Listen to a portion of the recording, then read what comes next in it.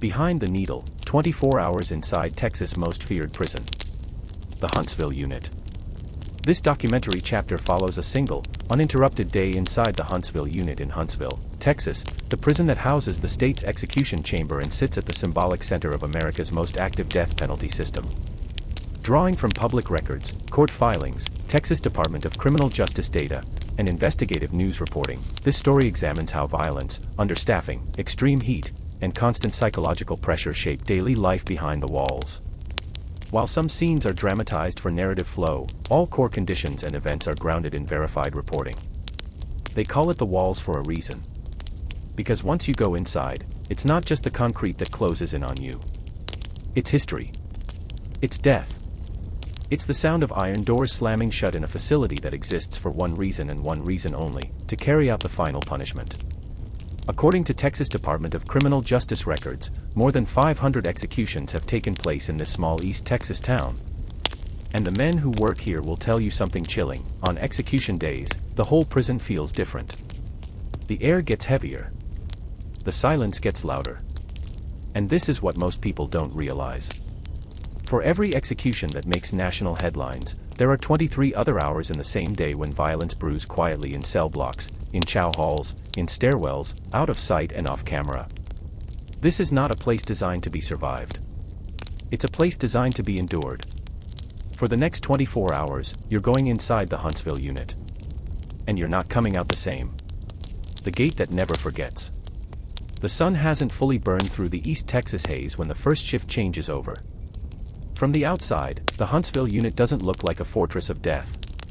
It sits just blocks from Sam Houston State University, across streets lined with fast food restaurants, pawn shops, and small churches. Students walk to class. Families buy groceries. Life moves at a normal pace. But behind the walls, time runs by entirely different rules. The facility opened in 1849, making it the oldest operating prison in Texas. It was originally built as a penitentiary, back when corporal punishment was the norm and executions were public spectacles. Today, it serves as the location of Texas Execution Chamber, even though death row inmates themselves are housed at the Pulaski Unit in Livingston, nearly 50 miles away.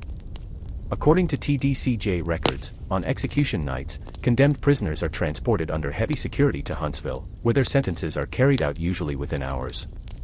That single function, death, casts a shadow over everything else that happens here. Long before the first inmate opens his eyes, the prison is already awake. Correctional Officer Daniel Brooks. His last name changed here for privacy, though his role and experience reflect those described in public reporting, sits in his car for a moment before his shift begins. He's in his late 30s, 10 years on the job. Long enough to know that you never rush into this place. Long enough to know that every single morning, no matter how many times you've done it, that massive front gate still makes your stomach tighten. The iron fence rises like a steel cliff, topped with coils of razor wire glistening with dew. The Sally Port door rolls open with a groan that sounds like the prison clearing its throat. Once you pass those gates, there is no normal anymore. Inside the intake corridor, fluorescent lights flicker against pale painted walls. The smell hits first. A blend of disinfectant, sweat, and something else that never quite goes away. Something old. Something human. At this hour, Huntsville holds around 1,200 men. Not all of them are violent offenders. Some are parole violators. Some are serving shorter sentences. But many are here for murder, aggravated assault, armed robbery, and crimes that left permanent scars on entire families. According to court filings and Texas Tribune reporting, a significant percentage of Huntsville's population suffers from untreated mental illness, a byproduct of chronic understaffing and limited psychiatric resources across the Texas prison system. The morning count isn't ceremonial. It isn't calm. It's mechanical survival. Officers move through cell rows verifying the living. Some men are already awake, staring through bars at nothing in particular. Others lie still, waiting to be shouted into consciousness. A few pretend to be asleep, hoping not to be noticed. One of them is Marcus.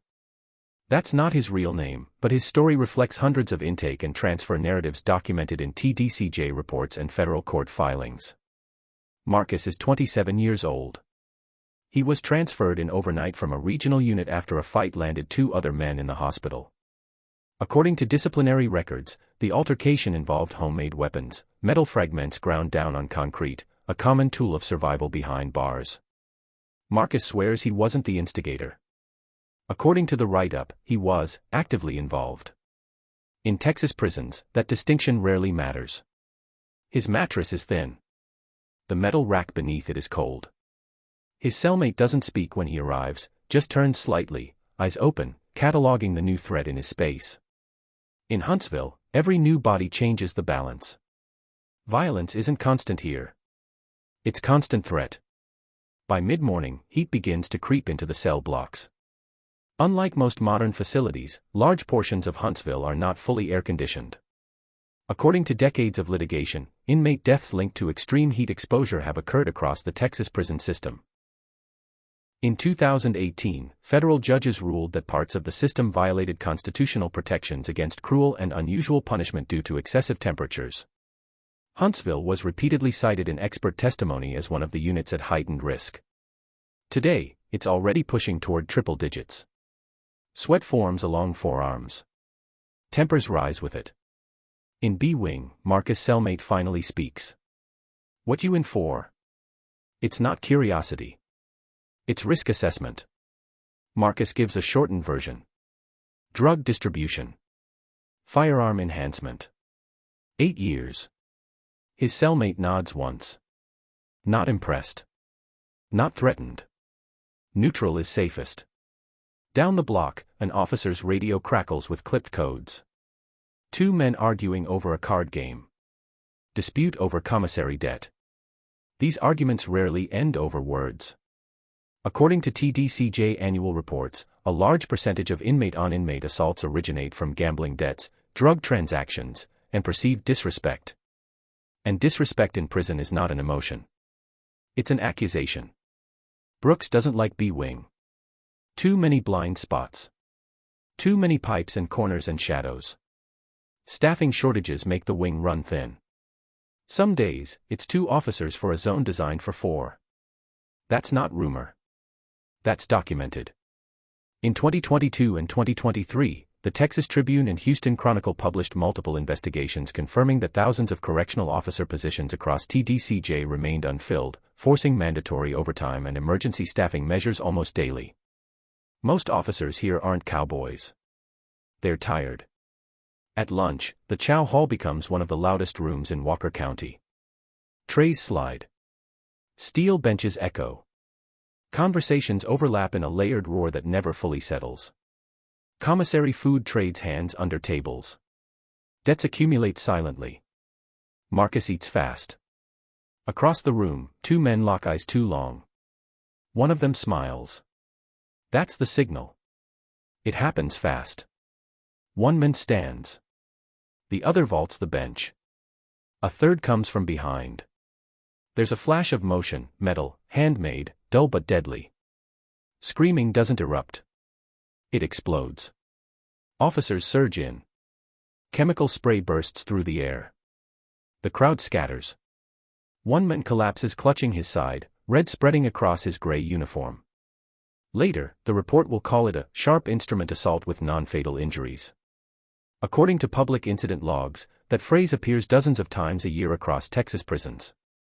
To Marcus, it's the first proof that Huntsville doesn't warn you before it reminds you where you are. Medical wheels the wounded men out. The chow line resumes. Food is served. No one speaks about what just happened. This is how normalization works behind bars. By early afternoon, lockdown hits B-Wing unexpectedly. The official reason comes over the radio as a security concern. That phrase is broad enough to mean almost anything. Missing contraband, intelligence about a retaliation, or a weapon unaccounted for. From his cell, Marcus hears officers moving at a faster pace. Boots hit concrete. Radios bark in low, rapid exchanges. His cellmate turns his back to the door and sits on the edge of the bed. Something's coming, he mutters. Whether it's true, exaggerated, or pure paranoia doesn't matter. Fear operates faster than facts in places like this. Across the unit, staff begin searching cells. Mattresses are flipped, Property is dumped. Walls are tapped. Vent covers are checked for tampering. Every scrape of metal against metal sends adrenaline flooding through the wing. When they reach Marcus' cell, his heart hammers so hard he swears the officers can hear it. They toss his minimal belongings onto the floor. Letters. A photo torn at the corner. A paperback novel with its spine split from being bent too many times. They find nothing. They almost always find something in the next cell. When the lockdown lifts hours later, the official announcement never mentions what was recovered. According to former officers interviewed in multiple investigative reports, that's common. Information is controlled tightly inside facilities because rumors spread faster than paper. But rumors don't stay quiet. By evening, word circulates of a weapon recovered near the showers. Some say it was intended for retaliation for the Chow Hall stabbing. Others say it was unrelated entirely. One inmate claims it was planted. Another insists he saw the men who owned it. No one has proof. And in Huntsville, proof rarely matters until someone's already bleeding. As daylight fades, the prison changes again. The daytime noise softens into something more dangerous, the restless quiet. It's the part of the day officers respect the least. More assaults occur during transitional hours than at any other time, according to TDCJ internal safety briefings cited in civil rights lawsuits. Dinner passes without incident. Then the radios start again. A disturbance in a nearby wing. Shouting. Furniture overturned. Officers respond in force. This time, it's drugs, according to later reports. Homemade alcohol. Pills smuggled through visits or corrupt pipelines. Every prison says it has a contraband problem. Texas is well documented in state audits. For Marcus, the evening drags. He doesn't sleep. His cellmate keeps shifting on the mattress, listening for footsteps. Because in here, footsteps often mean everything. As lights dim and night count approaches, something else hangs over the Huntsville unit, something that isn't written on any schedule posted in the day room. Execution nights don't announce themselves to inmates the way outsiders imagine. There are no alarms. No sirens. No official notice over the intercom. But the staff know. The administrators know.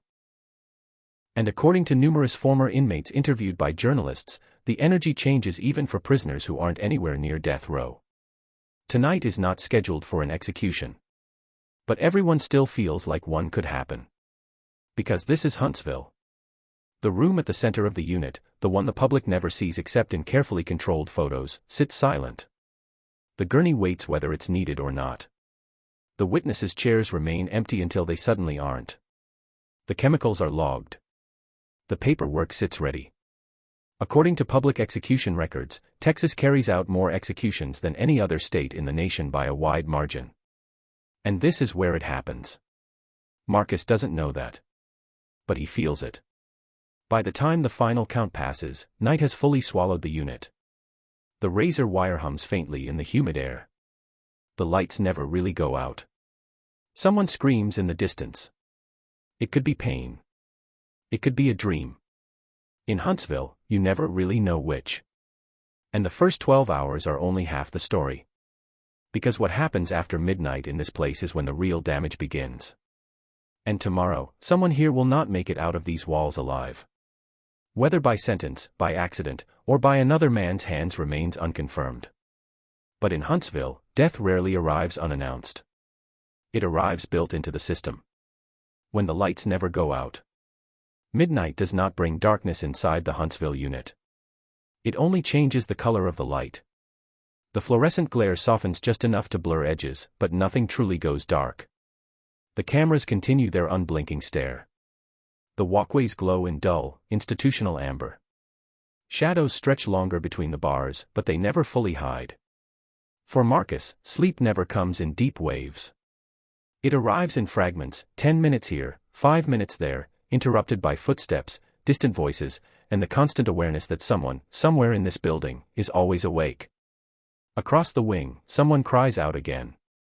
It doesn't sound like a nightmare anymore. It sounds physical. Correctional officers hear it too. They always hear it. The difference is that at night, decisions move slower. Staffing is thinner. Supervisors cover more ground. Backup takes longer to reach you if something breaks open. According to internal TDCJ staffing data cited in multiple Texas Tribune investigations, night shifts in high-security units operate with some of the lowest officer-to-inmate ratios in the entire system. That imbalance makes every call heavier. Brooks is on the floor tonight.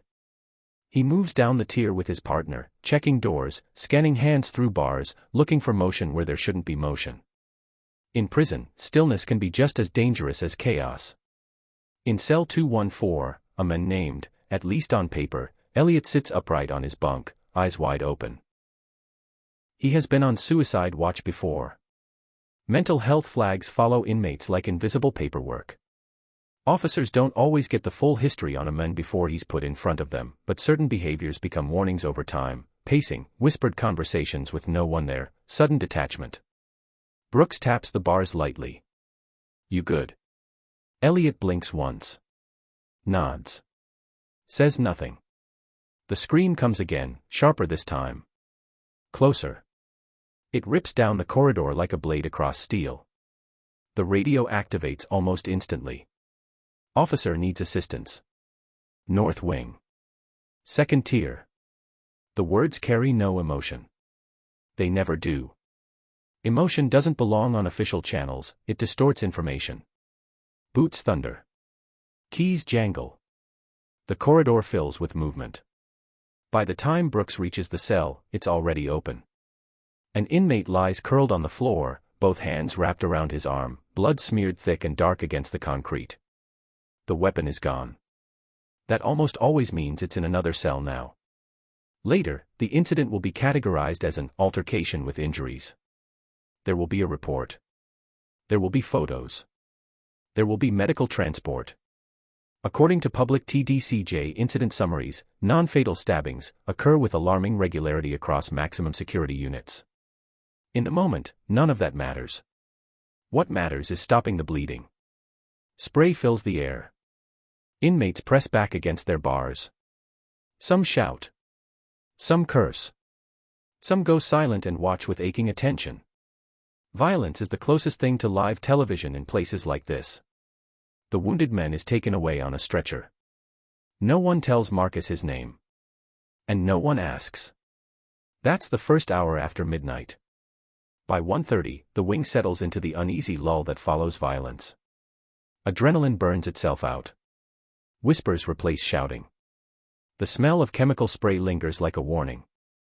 Marcus lies awake, staring at the rectangle of dim light slanted across his floor.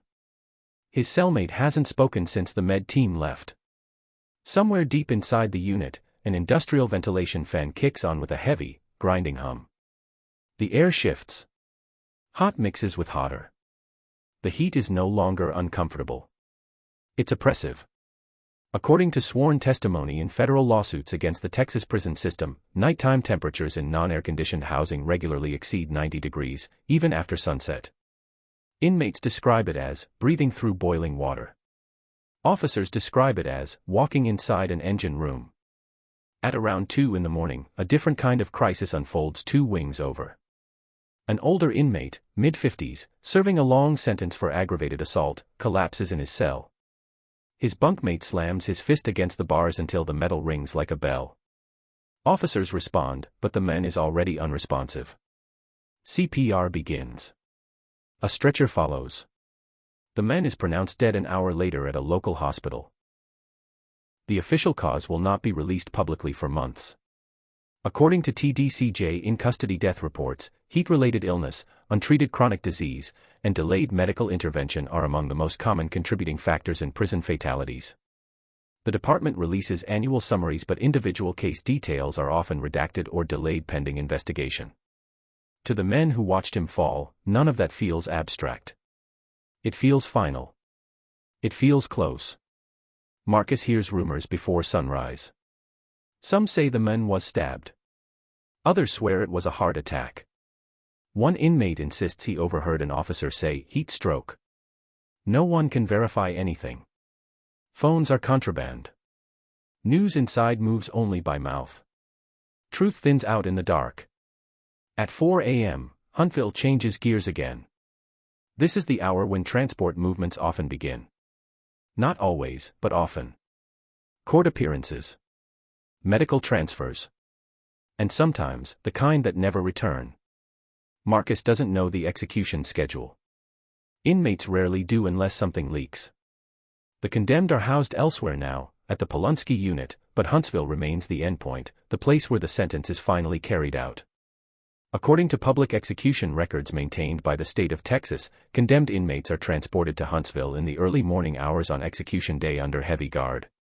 They are held in a secure area until the evening when the sentence is carried out. Today is not listed as an execution day on any public calendar. But the movements still happen. A transport bus rolls through the Sally Port just before sunrise. Heavy chains clink as restrained men step down in sequence. These are not death row prisoners. These are medical transports, court remands, and inter-unit transfers. Still, the optics are the same, bodies in cuffs moving into the building that represents the final edge of the system. Marcus watches them through the narrow window at the end of the tier. Some men look defiant. Some look hollow. One man, barely older than Marcus, shakes uncontrollably as he walks. Everyone who enters Huntsville understands one thing very quickly. This is not a place of rehabilitation. This is a place of processing. By 5 a.m., breakfast trays begin their slow crawl through the unit. Powdered eggs. Toast. Thin gravy. Lukewarm coffee. The men line up quietly. Night violence drains the will to argue out of even the most defiant inmates. Brooks hasn't gone home yet. His shift stretched long after the stabbing and the medical death. Mandatory overtime is not optional in Texas prisons. If there is no one to relieve you, you stay. According to employee union statements and state audit reports, forced double shifts have become routine due to staffing shortfalls. Fatigue becomes dangerous at this point, not just for officers, but for everyone. A tired officer misses movement. A tired inmate misreads a look. And in prison, misreading a look can become a death sentence. Marcus eats standing up. His cellmate barely touches his food. There's a tremor in his hands now that wasn't there before. "You okay?" Marcus asks, finally. The man exhales slowly. "Saw that dude bleed last night. That was over a card game 6 months ago. People don't forget. Neither does the system." Morning count clears without incident. For a brief moment after the trays are collected, the wing almost feels calm.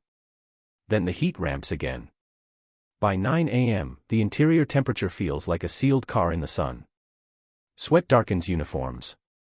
The concrete radiates stored warmth back up into the air. The fans barely stir it. Hydration is limited by access. Water fountains exist but movement is controlled.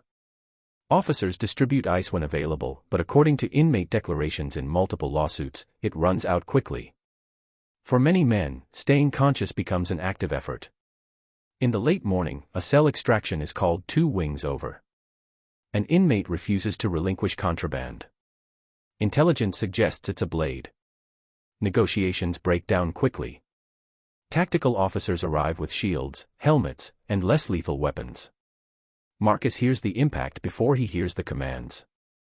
The blast of a breech tool against a steel door reverberates like thunder. Then shouting. Then silence. The man is taken out on a stretcher. It's unclear whether he was injured by chemical agents, blunt force, or self-harm. The official incident will later cite use of force in compliance with TDCJ policy, a phrase that appears frequently in public records after these events. According to federal civil rights filings, allegations of excessive force in Texas prisons are both common and exceptionally difficult to prove due to limited video access and internal investigative procedures. By noon, tension has settled into something heavier than fear. It's anticipation. By now, almost everyone on the block has heard the rumors of the overnight death. Officers say nothing. They rarely do until paperwork is signed. Inmate investigators, men who have done decades and learned to read the system better than most outsiders, trade theories. Heat-related. Overdose. Delayed response. Assault covered as medical. Every theory is plausible. All of them have happened before. At 12:47 p.m., Marcus sees a gurney again. This time it's escorted by staff he doesn't recognize. Higher rank. Different uniforms. Administrative presence alters the atmosphere instantly. In prison, authority travels with posture as much as insignia. The gurney is empty. It isn't headed to medical. It's headed toward the secure wing. Marcus' cellmate exhales sharply. That's not good. At 1 o'clock, the announcement finally comes in as quiet as everything else here. An inmate has died overnight. No name is given. No cause. The message is delivered neutrally, as required by policy. Marcus feels the words land physically. Some men bow their heads. Some scoff. Some go back to their card games. In prison, death is acknowledged and compartmentalized almost simultaneously. Grief moves fast here or it consumes you. By mid-afternoon, the building begins another transformation. This is the part of the day few outsiders ever hear about. Paperwork moves. Not symbolic paperwork. Death paperwork. According to publicly available execution protocols, in-custody deaths require a chain of reporting that includes local law enforcement notification, medical examiner involvement, and review by the Office of Inspector General. Huntsville, as the execution site, exists at the intersection of all of that bureaucracy. On non-execution days, the same apparatus still turns for deaths that aren't judicially scheduled. And today, the machine is turning. Brooks finally clocks out near 3 p.m.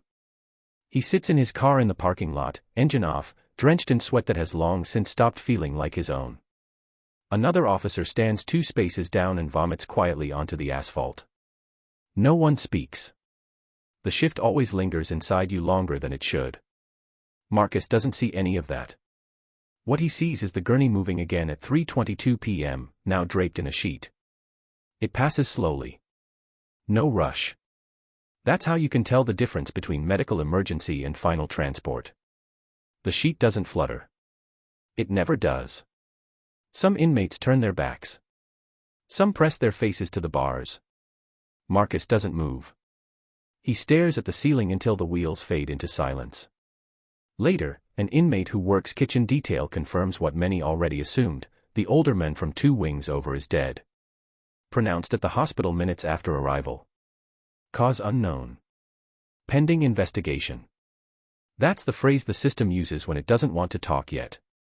Pending investigation. By late afternoon, the Huntsville unit is no longer reacting to violence.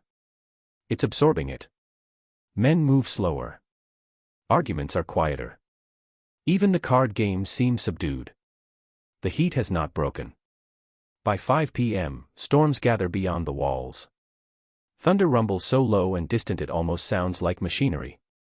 Wind moves the razor wire. The building creaks in small, unfamiliar ways. Dinner is served in partial lockdown. Not because of a riot. Not because of a direct threat. Because death shifts patterns. And administrators know that retaliation rarely happens immediately. It simmers first. In Marcus' cell, dinner goes untouched for long minutes. His cellmate finally speaks again. Never saw nobody die that close before. Marcus nods. Closest I ever been, he says. That isn't true. But it feels true now. As evening returns, the Huntsville unit moves back toward the energy of night. Another shift change. Another rotation of worn faces. Another reminder that the institution itself never sleeps. According to public employee records, many Huntsville officers work 6 and 7 consecutive days. Burnout is high. Turnover is constant. Suicides among correctional staff have been documented at alarming rates across Texas, a reality confirmed by multiple investigative reports. There are consequences to keeping humans in constant proximity with despair. At 7:40 p.m., a brief, chaotic incident breaks out in the showers. Fists, not blades. 2 men separated quickly. One reports his jaw dislocated. Another claims he slipped. The official account will likely settle on some version of both. Marcus feels a strange detachment watching it. 24 hours ago, he arrived thinking only of himself. Now, the building itself feels like the story. By 8:30, the storm finally breaks outside. Rain hammers the roof. Thunder crashes so loud the windows vibrate faintly in their frames. For a moment, the heat eases. The air smells different, metal and rain and ozone. Some inmates lift their faces to the breeze pushing weakly through the vents. This might be what relief feels like in here. As night deepens, whispers circulate of increased security in the execution wing. No names. No confirmation. No official announcement. Just movement. Lights where lights usually stay dim. Administrators where administrators usually aren't. According to execution scheduling protocols, preparations can begin days in advance even if a stay is expected. The system does not wait for certainty. It prepares for death as a default. Marcus doesn't know any of that. But his cellmate senses something is different tonight. "You feel that?" he asks quietly. Marcus listens. The building isn't louder. It's tighter. At 10 p.m., final count begins. Officers walk the tiers, flashlights cutting through the dim like surgical blades. Faces are checked. Bodies counted. Bars rattled. In cell 214, Elliot still sits upright, eyes wide open. One officer pauses. "You need to lay down," he says. Elliot doesn't respond. The door does not open. It rarely does at this hour. By 11, the Huntsville unit holds the weight of everything that's happened in the last day like a held breath. The stabbing. The death. The unexplained transport. The rumors of preparations. Marcus stares into the dark again, not knowing he has reached the edge of the first full cycle of this place. 24 hours inside. No execution. No riot.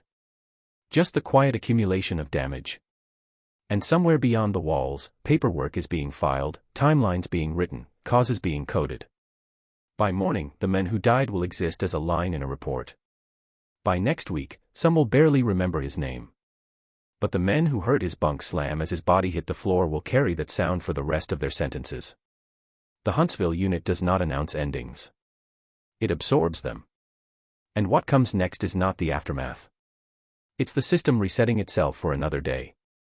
And tomorrow, whether by law, by violence, or by something no one planned for at all, someone else will disappear behind a sheet. Because in this place, death is not an interruption. It is part of the schedule. And the real story does not end at the gurney. It begins there. The investigation that no one sees.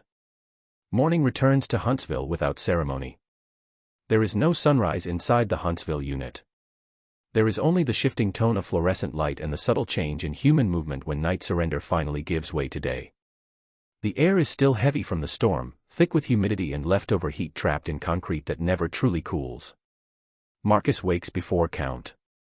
Not because he slept well. Because he didn't sleep at all. The death from the night before clings to the wing like an invisible fog. No announcement follows. No explanation arrives. In prison, silence after a death is not peaceful. It's procedural. In the outside world, death triggers conversation. Inside, it triggers paperwork. At 6:12 a.m., officers begin morning count. Doors rattle, flashlights blink across faces, eyes are checked for movement. A body not responding at count triggers lockdown, medical response, and internal review. Everyone knows that. And everyone remembers that the last body moved after count, not during it. That detail spreads quietly. Marcus' cellmate finally lies back down after count clears, but his eyes stay open. "They won't say what happened," he mutters. Marcus doesn't answer. In Huntsville, the investigation begins long before anyone uses that word. The Office of Inspector General, Texas Internal Prison Oversight Agency, has jurisdiction over inmate deaths. According to public OIG protocols, every in-custody death triggers an automatic investigation, regardless of apparent cause. This includes scene preservation, officer interviews, inmate statements, video review, and coordination with the local medical examiner. But for the men inside the walls, none of that is visible. What they see are small changes. Different officers walking tiers. Administrators appearing at odd hours. Doors opening where doors don't normally open. And sometimes, men quietly disappearing from cells for questioning. By mid-morning, Marcus notices the first one. An inmate 3 cells down is removed under escort. No restraints. No shouting. Just quiet movement. The man doesn't resist. He doesn't ask questions. He just walks. The word spreads fast. Witness. Snitch. Statement. Cover. Every rumor exists at once. An hour later, another man is taken.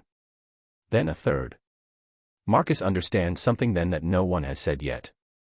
The system is reconstructing the night. Not for truth. For record. Because in a place like Huntsville, truth is flexible. But record is permanent. By 10 a.m., sudden lockdown hits 3 adjacent wings. Not a full unit lockdown. Not a riot. Selective restriction. That means the investigation has narrowed its focus. Phones are cut off. Dayroom access is restricted. Movement stops. Marcus sits on his bunk and feels the walls close in another inch. The heat creeps back fast. From his cell window, he sees nothing but sky and razor wire trembling faintly in the rising wind. For a brief, irrational moment, it almost looks peaceful out there.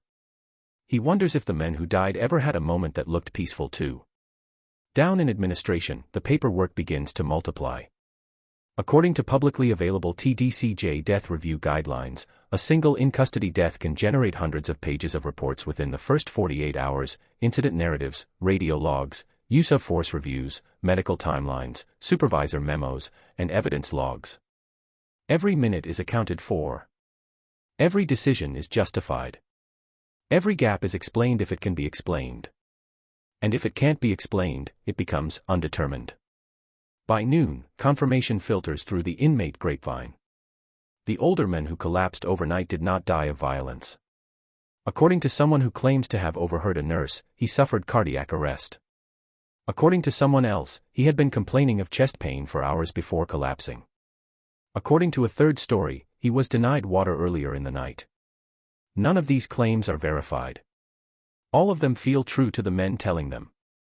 Later, when the official TDCJ in-custody death report eventually becomes public months from now, the cause is likely to be listed as natural causes, with contributing factors such as heart disease, heat exposure, or chronic illness, depending on toxicology and autopsy findings.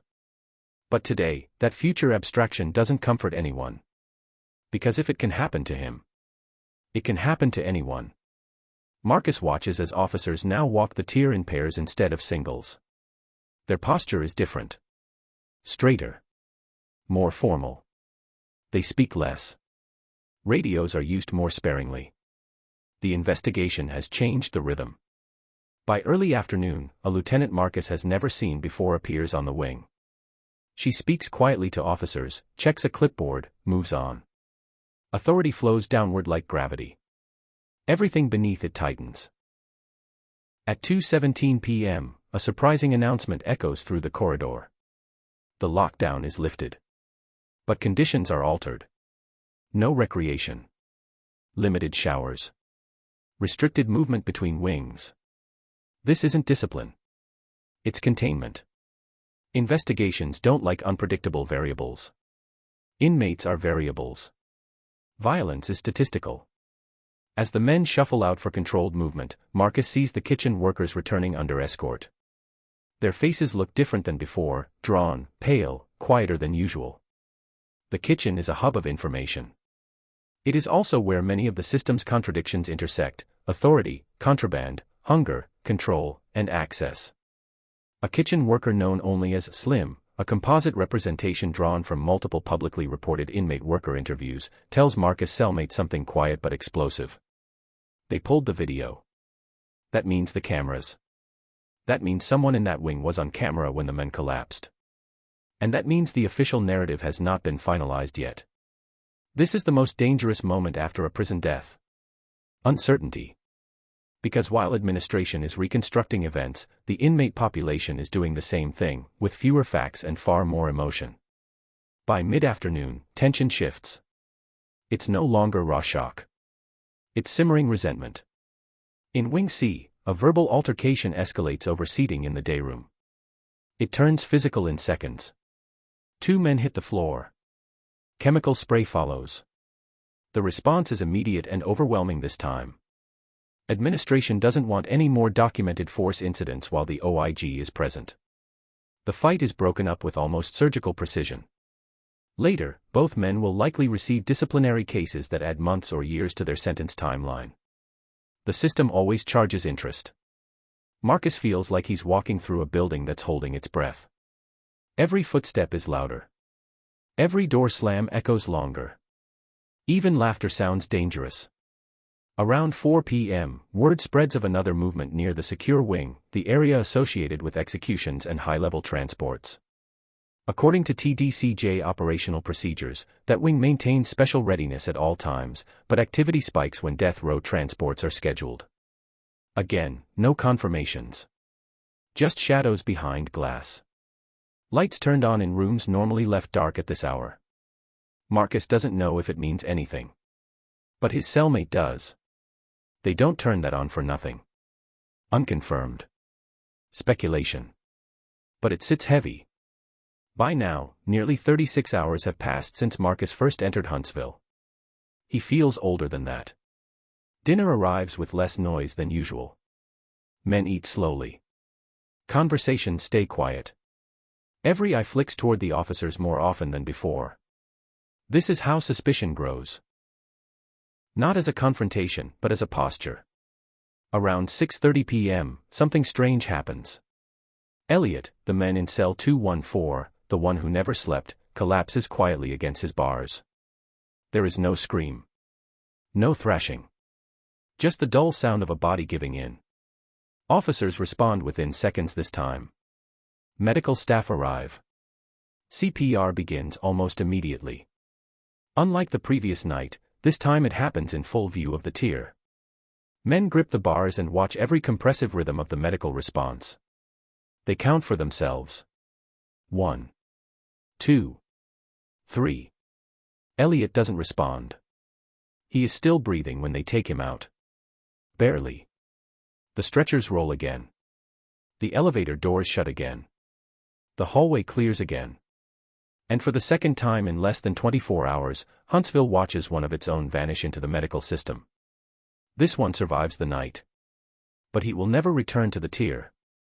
According to later inmate rumor, corroborated indirectly by a family visitation cancellation notice that circulates weeks later, Elliot is transferred to a psychiatric hospital outside the unit. His condition is never publicly disclosed. But for the men who saw him collapse, it doesn't matter whether he lived or died. The message is the same. This place is pressure. Constant. Relentless. Inescapable. By nightfall, the second full evening after the death settles indifferently. Not louder. Not quieter. Sharper. At 9 p.m., Marcus hears something he hasn't heard since he arrived. A measured metal-on-metal rhythm from somewhere deep beneath the floor. Not a door. Not a gate. Equipment. Industrial. Deliberate. His cellmate sits up. That's the prep room. Unverified. Speculative. But real enough to shift the mood across the wing. In reality, the sounds could belong to maintenance equipment, ventilation servicing, or any number of facility operations. But in Huntsville, everything is interpreted through the lens of death. Always. Because this building carries out more executions than any other prison in America. That reputation does not stay confined to the execution chamber. It bleeds into the walls. That night, men who usually sleep through count press close to see officers' faces as they pass. Most officers don't look back. They've learned that eye contact invites questions they're not allowed to answer. By midnight, the rumors are everywhere. A death row transfer is coming. A stay has been denied. An execution is imminent. None of it is confirmed. All of it feels plausible. Marcus doesn't know what to believe. But when he lies back down, he notices that his hands are shaking. Sometime after 2 a.m., another transport arrives. This time the bus is different. Unmarked. Flanked by vehicles Marcus hasn't seen before. From the narrow slice of sky visible through the corridor window, he watches the silhouettes move. Fewer men. More restraint. More presence. This is not a mass transport. This is specific. Even so, Huntsville remains officially silent. No announcements. No alarms. Just movement. By morning, the bus is gone. No one from that transport appears on the regular tiers. Speculation erupts. It has to be death row. It has to be. But no one knows for sure.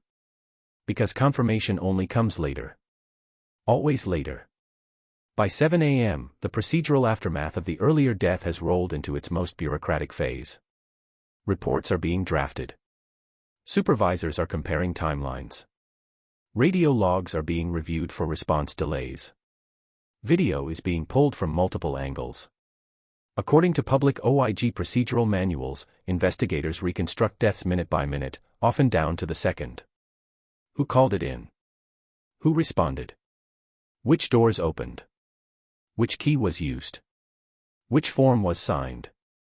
The reality inside the facility, however, feels nothing like that clinical order. It feels like waiting. In Wing B, Marcus notices that one of the men taken for questioning yesterday hasn't returned. By afternoon, 2 more are missing as well. Transferred. Segregation. Protective custody. The absence itself becomes the message. Someone said something. Someone always does. At 3 p.m., an officer finally lets a fragment slip. Not to Marcus. To someone 3 cells down. But the sound travels. He died on the way back. Not here. That's why it's different. The men from overnight didn't die in the unit. He died in transit. In an ambulance. That changes the procedural landscape. According to public in-custody death reporting rules, a death that occurs after transport but originating from a facility condition still triggers full investigation. But it shifts some responsibility outward. Jurisdictional lines matter in death. Even in prison. Marcus absorbs that detail slowly. Some of the pressure eases. Some of it sharpens. Because if he had lived another 10 minutes, would anyone have noticed sooner? The men on the wing think about their own bodies in new ways now. Chest pains. Dizziness. Shortness of breath. Every sensation becomes suspicious. By late afternoon, 2 stories run parallel inside Huntsville. One is the unresolved investigation into the overnight death. The other is the unconfirmed execution preparation that no one will officially acknowledge. Around 5 p.m., the wind changes again. Not outside. Inside.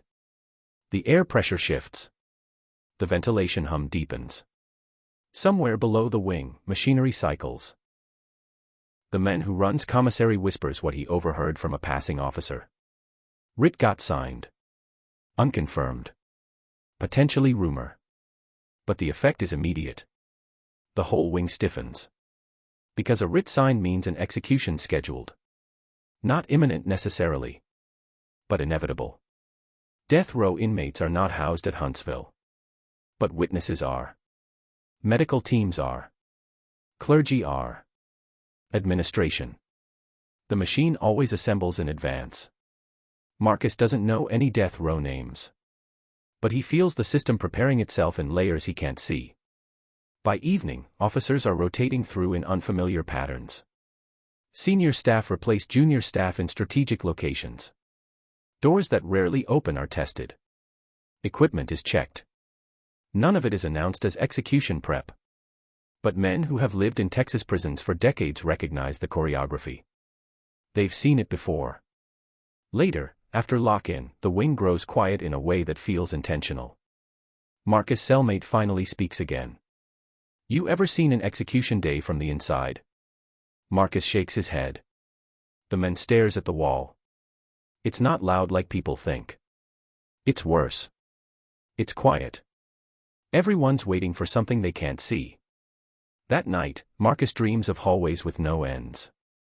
At 1:18 a.m., faint singing floats across the tier. Not many voices. One. A slow, steady hymn. No one tells him where it's coming from. No one wants to. By morning, the truth is still not confirmed. But it doesn't have to be. Because the machine of Huntsville has begun moving in the way it always moves before death. Deliberately. silently. And with every step documented on paper far away from the men who will feel its consequence most closely. By the 48th hour of Marcus' time inside Huntsville, the investigation into the first death remains unresolved to the men in the cells. The second transport remains unexplained. Elliot is gone. 3 witnesses are missing. The administrative presence has not withdrawn. And the secure wing does not power down. 2 days in. And the building is already teaching Marcus its most important lesson. In Huntsville, violence doesn't arrive as chaos.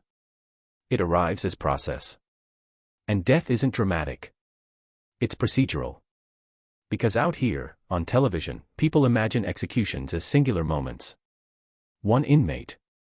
1 gurney. 1 fatal dose. 1 ending. But inside these walls, the truth is colder. An execution is not a moment. It is a system-wide transformation. It shifts staffing. It redirects resources. It alters behavior. It tightens silence. And by the time the public ever hears about it, the men inside have felt it for days.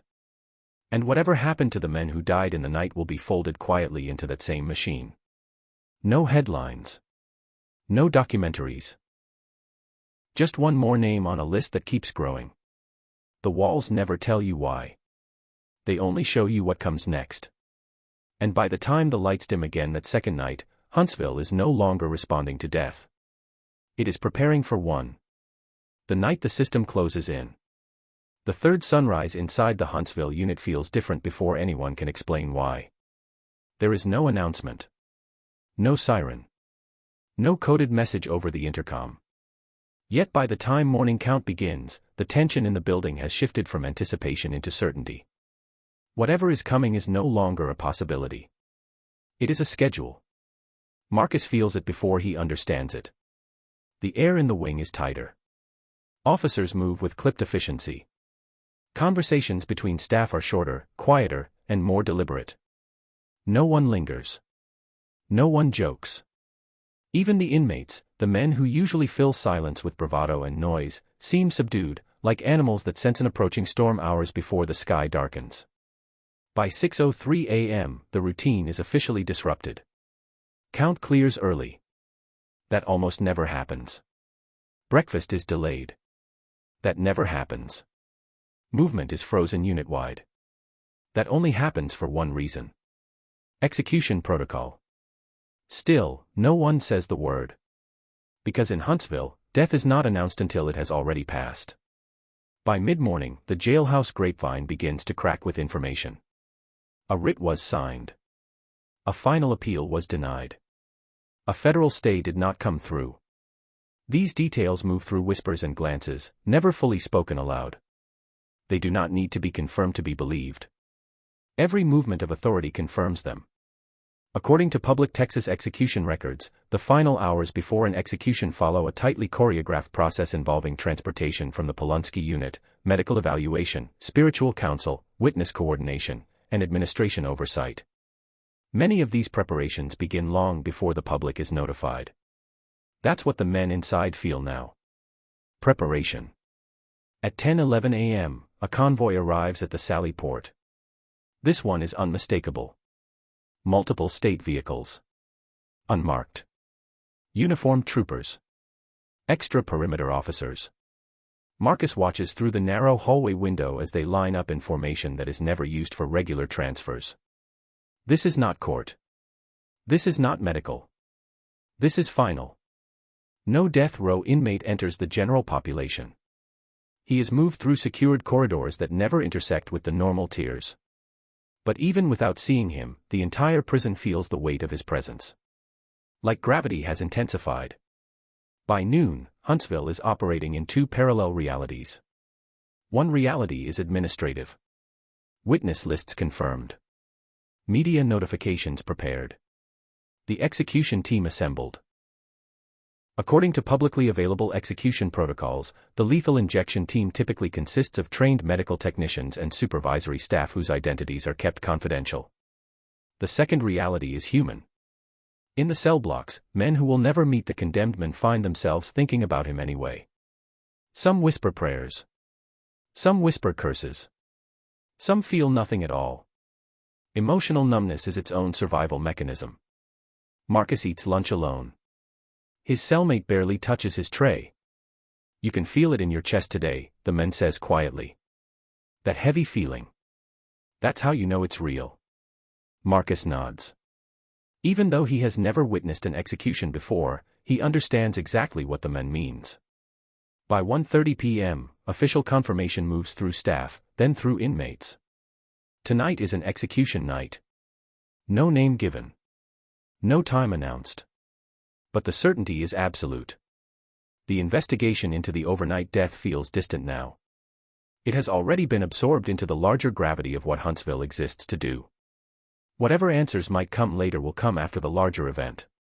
Because tonight, the prison shifts from an institution of containment into an institution of finality. Around 3 p.m., the secure wing activates in full.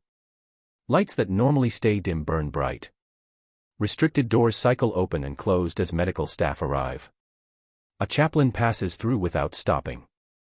An administrative supervisor in a crisp uniform that Marcus has never seen in person walks the corridor flanked by officers. This is the infrastructure of death moving into place. Marcus never sees the men who will die. But he watches the building prepare to kill him. According to public reporting by the Associated Press and Texas Tribune, executions in Huntsville typically occur after 6 p.m. Witnesses include victims' families, members of the inmate's family, journalists, spiritual advisors, and official observers. Once the lethal injection begins, death usually occurs within minutes. For the outside world, the execution is a brief news cycle. For the inside world, it is an all-day transformation. At 4:17 p.m., limited movement is cancelled entirely. Everyone is locked in. No showers. No day room. No phone calls. Nothing that could create unpredictability. Security is absolute. This is when men begin to talk in whispers. Not about the condemned man's crime. Not about justice. About themselves. About mothers. About children they will never see again. About whether death feels like falling asleep or like drowning. About whether anyone on the outside would show up if it were them. Marcus' cellmate stares at the wall, his jaw tight. "They say some guys fight it," he murmurs. "They say some cry. They say some go quiet and don't say a single word." Marcus asks, which is worse? His cellmate doesn't answer. Because the truth is, no one on this side ever knows. The body returns to the state in silence. The story returns with rules. Around 5:40 p.m., something strange happens. A radio transmission bleeds through the wing. A voice says a name. It's distorted. Half of it is lost in static. Marcus doesn't catch it. But his cellmate does. The man stiffens. "That's him," he whispers. "That's the one they talked about on the news last year." Unconfirmed. Speculative. But it plants a face on the unknown. A real person replaces the abstraction. By the time the final meal period would normally arrive, no food is served. According to Texas execution procedures, the condemned is offered a final meal hours earlier at the Huntsville Unit before transport. Huntsville staff remain on limited operations during the event. Hunger sharpens everything. By 6:12 p.m., total silence blankets the wing. No shouting. No card games. No arguments. Even the men who usually mock death have gone quiet. Some kneel. Some pace. Some press their foreheads against cold bars. Marcus sits on his bunk, arms wrapped around his knees. For the first time since he arrived, he feels fully inside the building's true purpose. This is what these walls were built for. This moment. At approximately 6:24 p.m., the execution chamber is sealed. The witnesses are seated. The medical team stands by. The condemned is secured to the gurney. According to official TDCJ timelines, this is the window in which religious last rites, final statements, and intravenous lines are placed. None of that is visible from Marcus' cell. But he feels the tremor pass through the building anyway. Like a deep structural shift beneath concrete. At 6:39 p.m., the lights in the corridor flicker once. Not a power failure. A systems shift. Someone 3 cells down starts to weep quietly. Another man covers his ears even though there is nothing to hear. For the first time in days, Marcus becomes acutely aware of his own heartbeat. Loud. Unstoppable. At approximately 6:45 p.m., a time consistent with historical execution windows but not officially confirmed in real time, the lethal injection is administered. A cocktail of drugs flowing into a man Marcus has never met. According to death certificates released after previous Huntsville executions, the cause of death is typically listed as lethal injection pursuant to a court order. That is the language of the state. Not pain. Not suffocation. Not paralysis. Procedure. The moment itself should be silent. But it never is inside the building. At 6:48 p.m., somewhere deep within Huntsville, a door opens. Then closes. Heavier than the others. The sound travels in a way that makes every man on the tier lift his head at the same time. Marcus' cellmate exhales a breath he seems to have been holding for hours. "It's done," he says. No one confirms it. No one needs to. By 7 p.m., movement resumes cautiously. Food trays arrive again. No one is hungry. A few trays remain untouched. Some men eat mechanically. Some stare at the walls. The prison does not pause to grieve. It resets. Meanwhile, in a building just outside the prison walls, witnesses are giving statements to reporters. A time of death is announced. A death certificate begins its bureaucratic life. The public finds out. Inside Huntsville, the men already knew. By 8 p.m., updates trickle in. The men did not struggle. The men spoke a final apology. The men remained silent. All 3 stories circulate. Only one of them can be true. Maybe none of them. Because this information never comes from the private room itself. It comes from the echoes of observers. Marcus thinks of the victims who lost someone long before this night. He thinks of the condemned man's family, wherever they are. He thinks of the older inmate who collapsed in the night 2 days ago and died without ceremony, without witnesses, without a moment on the news. 2 deaths inside the same walls. Only one is counted by history. By 9:30 p.m., the secure wing begins its slow shutdown. Lights dim. Chairs are stacked. Witness rooms are cleared. The gurney is cleaned. The chamber is prepared again for the next time. Not tonight. Not tomorrow. But inevitably. The machine never retires. And now, with the execution over, the investigation into the earlier death silently regains priority. At Huntsville, there is always another machine waiting. The in-custody death investigation resumes in the background right as the execution fades from immediate focus. Witnesses who were pulled from the wing 2 days ago quietly return. One by one. None of them speak about where they've been. But their silence tells its own story. Later that night, Marcus hears something quietly exchanged 3 cells over. The medical examiner ruled it heart failure. Heat a contributing factor. Delayed reporting listed as unsubstantiated. According to public patterns in TDCJ death investigations, such phrasing is common when no direct misconduct can be conclusively proven on paper. Paper is what survives. By the early hours of the morning, the wing begins to sound like a prison again. Laughter returns in fragments. Arguments creep back. A card game restarts. The system exhales. Marcus lies awake in the quiet that follows the quiet. His cellmate stares at the ceiling. They always say it's just another day after, the man says softly. But it never is. Marcus asks, why not? Because you don't forget the part where the building killed somebody on purpose. Silence fills the space between them. By dawn, the execution is already yesterday's story. The internet will debate it. Families will grieve it. Politicians will argue over it. Inside Huntsville, it becomes part of the architecture. Another moment absorbed. Another man erased by the system's design. By 6:01 a.m., morning count happens again. Everyone accounted for. No new bodies. The system prefers its death spaced. That same morning, the final, official note about the older inmate's death appears on an internal board. In custody death under investigation. Cause, natural. No further explanation. Marcus reads the line 3 times. Then a fourth. Somewhere in the building, someone who was paid to watch him breathe lost that argument with time. But his death will never carry the state's signature the way the execution does. 2 deaths. 2 systems. 2 truths. Around mid-morning, Marcus is called for classification review. It's a brief meeting. A change in housing. A different wing.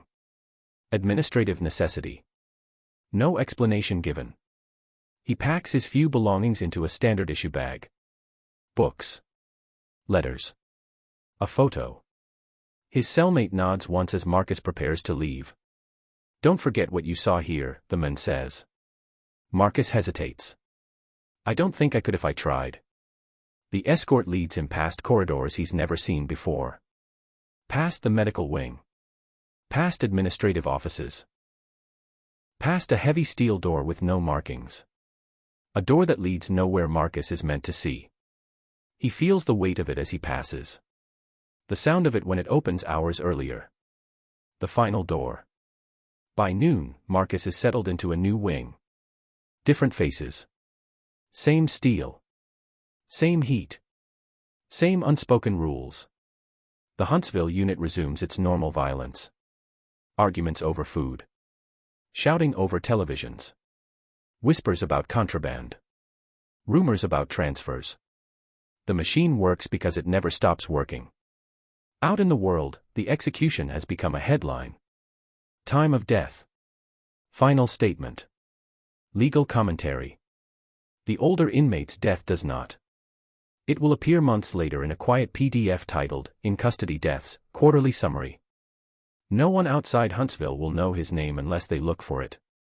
Marcus does not know his name. He only knows the sound of his body hitting concrete. He only knows the weight of that sheet on the gurney. He only knows that one man died because the state ordered it. And another died because the system allowed it. Inside the most feared prison in Texas, both deaths were inevitable. That is what the building teaches you. Not that death is rare. But that it is scheduled, sometimes in advance, sometimes by neglect. 24 hours inside Huntsville did not end with chaos. It ended with routine. The most dangerous thing in this place is not the knives. Not the gangs. Not even the execution chamber. The most dangerous thing is how quickly death becomes normal. And how easily the world outside forgets how it happened. Because when the lights go out in Huntsville, they do not go out for sleep. They go out for reset. For tomorrow. For the next body. For the next file. For the next witness. For the next man who will disappear behind a sheet with no camera watching. And somewhere in the middle of all of it sits the truth that no courtroom transcript ever fully captures. That the most violent prison in Texas is not violent because of one night. Or one blade. Or one execution. It is violent because violence is embedded into its function. And everyone inside, officer and inmate alike, pays for that design in pieces. Some in blood. Some in time. Some in silence. And some in lives that will never make the news at all.